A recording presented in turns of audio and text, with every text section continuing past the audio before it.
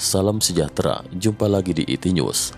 Hari ini kami akan informasikan berita tentang coronavirus jenis baru tersebar keluar dari pusat virus di Akademi Ilmu Pengetahuan Tiongkok cabang kota Wuhan pada bulan November 2019. Sudah banyak warga Wuhan yang terinfeksi pada bulan Desember 2019. Menurut pengakuan juru bicara Kementerian Luar Negeri Hua Chunying, sejak 3 Januari tahun ini Amerika Serikat telah mendesak komunis Tiongkok untuk secepatnya mengatasi krisis tersebut. Simak berita selengkapnya. Amerika Serikat dan Tiongkok diam-diam telah melakukan negosiasi sampai lebih dari 30 kali. Energi yang dihabiskan lebih banyak daripada negosiasi untuk perjanjian perdagangan antara Amerika Serikat dengan Tiongkok. Itu menunjukkan bahwa pemerintah Amerika Serikat khawatir dengan penyebaran coronavirus jenis baru itu jika sampai mendunia. Sekarang ada selusin bukti yang tidak dapat disangkal bahwa pusat virus Wuhan bersama pusat eksperimen perang biologis Tentara Pembebasan Rakyat Tiongkok sedang mengembangkan coronavirus jenis baru yang merusak Tiongkok dan mengancam dunia.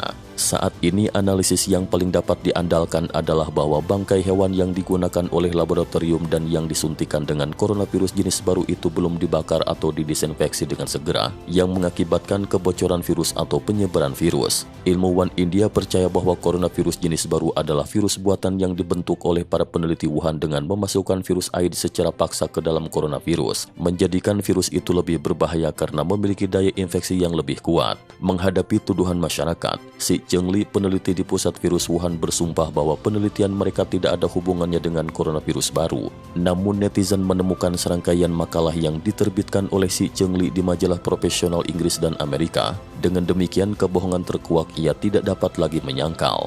Orang komunis adalah kafir dan mencari keuntungan tanpa peduli legal atau ilegal. Tulen menyembah uang. Mereka berbohong bahwa tidak akan menjual hewan laboratorium virus.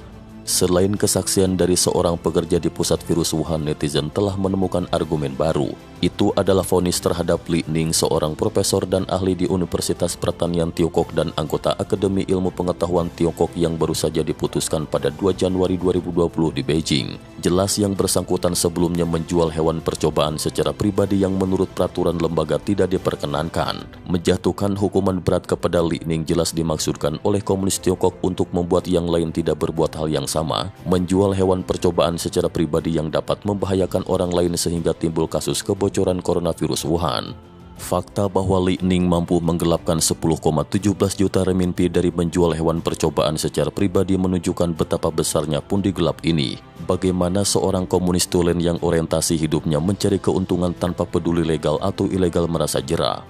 Pasar penjualan makanan laut Huanan di Wuhan, tepat di sebelah gedung Wuhan Institute of Virology, paling mudah untuk menjual hewan percobaan. Bangkai hewan percobaan yang tidak dibersihkan dari coronavirus jenis baru akhirnya menjadi sumber penyebar virus tersebut di pasar itu. Begitu coronavirus menyebar dengan dahsyat, komunis Tiongkok lalu mempublikasikan sebagai infeksi paru-paru atau pneumonia dan langsung memvonisnya sebagai akibat warga Wuhan suka makan masakan daging kelelawar, berbohong demi menyembunyikan fakta. Guangdong sebenarnya memiliki banyak warga yang suka mengkonsumsi masakan daging kelelawar, sedangkan warga Wuhan tidak banyak yang mengkonsumsi daging kelelawar.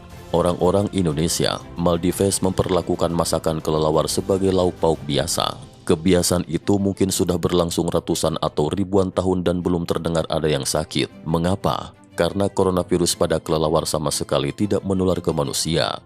Komunis Tiongkok masih tidak memiliki rasa penyesalan meski sudah merugikan rakyatnya dan mengancam masyarakat internasional dan masih mati-matian menyembunyikan fakta. Tetapi Amerika Serikat memiliki ahli virus biologis terbaik dan pada akhirnya akan dapat mengetahui secara jelas. Komunis Tiongkok berusaha menaklukkan dunia melalui perang virus. Tindakan itu hanya akan menghancurkan dirinya sendiri. Kejahatannya pasti akan membangkitkan kemarahan semua umat manusia, juga membuat komunitas internasional lebih memahami bahwa hanya dengan bersatu padu mematuhi Tuhan dan mengikuti suara hati nurani, membiarkan Partai Komunis Tiongkok beserta semua afiliasinya mati, manusia baru dapat terhindar dari ancaman yang lebih besar dan mematikan dari partai jahat itu.